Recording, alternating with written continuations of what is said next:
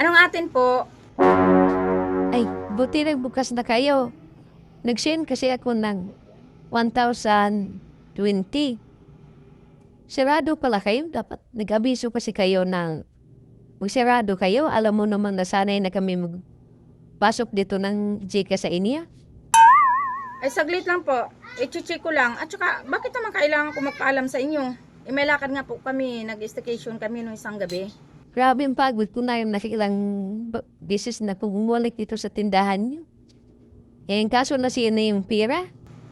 Uy, nag-send nga kayo dito, oh. Magkano po? 1,020? 1,020.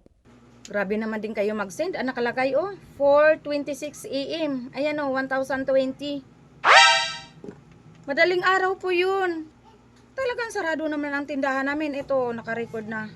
Na-record na to kasi chinik ko na ito. Hindi ko alam kung kanino. Sa iyo pala ito. O, 1,020 4 AM. Yan, sa akin yan. Umaga pa lang, pabalik-balik na ako dito. Saan ba kasi kayo galing? Nag-attend po kami ng birthdayhan. Nag-staycation kami. Bakit kailangan ko pa bang ipaalam sa inyo? Eh dapat, bago kayo nag-send, sinilip nyo muna kung bukas ang tindahan ko or sarado or may tao o wala. Sige na, akin na yung pira ko. Ito, 1,000 oh. Ito, papirma mo na. I-check ko na kasi ito pagdating ko eh. Ito nga, oh, tinitingnan ko kung kanino tong iba. Maraming nag-send na hindi pa nakuha. Ayan oh. Puro ano yan, puro plus ang nakalagay. Pag plus, ibig sabihin may mga pumasok. O, ito na. Firman po na yan. Thank you. Meron pa ditong 2,000. 8:35 PM. 2,000. Kanino kaya itong 2,000 na to? Tao po, Ano pa yon? nag-send ako ng 2,000 sa Gcash nyo. Sarado pala kayo. 2,000. 8:35 PM. So, sa akin yan. Tatong beses na ako nagpalit sa tindahan. Yung sarado pala kayo. July 8:30. Ah, dapat kasi tiningnan nyo muna. Kung sarado kami or bukas.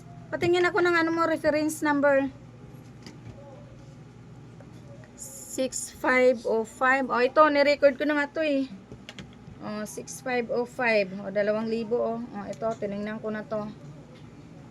Reference number. Kimbawas ko na lang. At sa kanila kasi kami magpasok dito sa tindahan.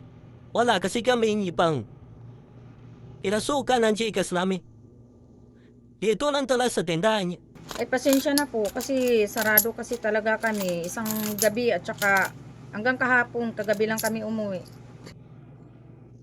Sige o, pilang ates. Magkuha po na. Ay, oo, ibibigay ko naman. Kaso, siyempre pag kailangan nyo, mag-aantay kayo sa amin. At saka hindi ko dinadala ang Gcash ko pag ako umalis. Kaya ang daming ang miss call eh. Hindi ko alam kasi iniwan ko lang naman to dito. Sige po, thank you po. Sige, thank you po. Ay, tika lang po. Papirma po pala muna na nakuha nyo na kasi nung isang gabi pa yan sinend eh. Okay, ito. Thank you ulit. Salamat po. Ito, mayroon pang 700.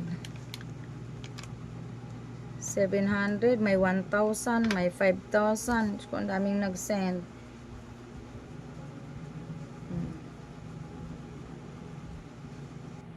Daw pa Ito, 760. kukuha ng cash out po. Magkano sa iyo? 1,000. 1,000? Check ko lang. 1,000. Ay, oo, mayroon din 1,000. 1325. 1325. 1325. Ah, opo, meron po. Papirma mo na dito sa ano, 1,000.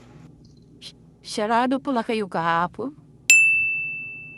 Kailangan ko pa naman pira to pambayad ng parcel ko. Di tuloy nakuha yung parcel ko, na-cancel tuloy. Ha? Kasi naman po, hindi ko naman kasalanan na na-cancel yung parcel nyo. Dapat kasi po talaga, bago kayo mag-send, check nyo muna yung tindahan ko kung bukas. Lalo na't kailangan nyo yung pera. Sa tagal na kasi kami yung suki dito, siyempre, inasaharan namin na bas kayo si ito lang talaga kami nagkasin sa inyo. Cash in, cash out. Cash Opo, in, alam cash ko out. naman po. So, okay na kasi kami dito sa tindahan, o kaya gano'n na lang yung tiwala namin na bukas kaya. Ito, sige, okay lang at least mapapuha ko. Oh, wait lang po ha. Ito, pinirmahan mo na yung 1,000. Ibawas ko na lang? Or magbigay ka? Bawas na lang.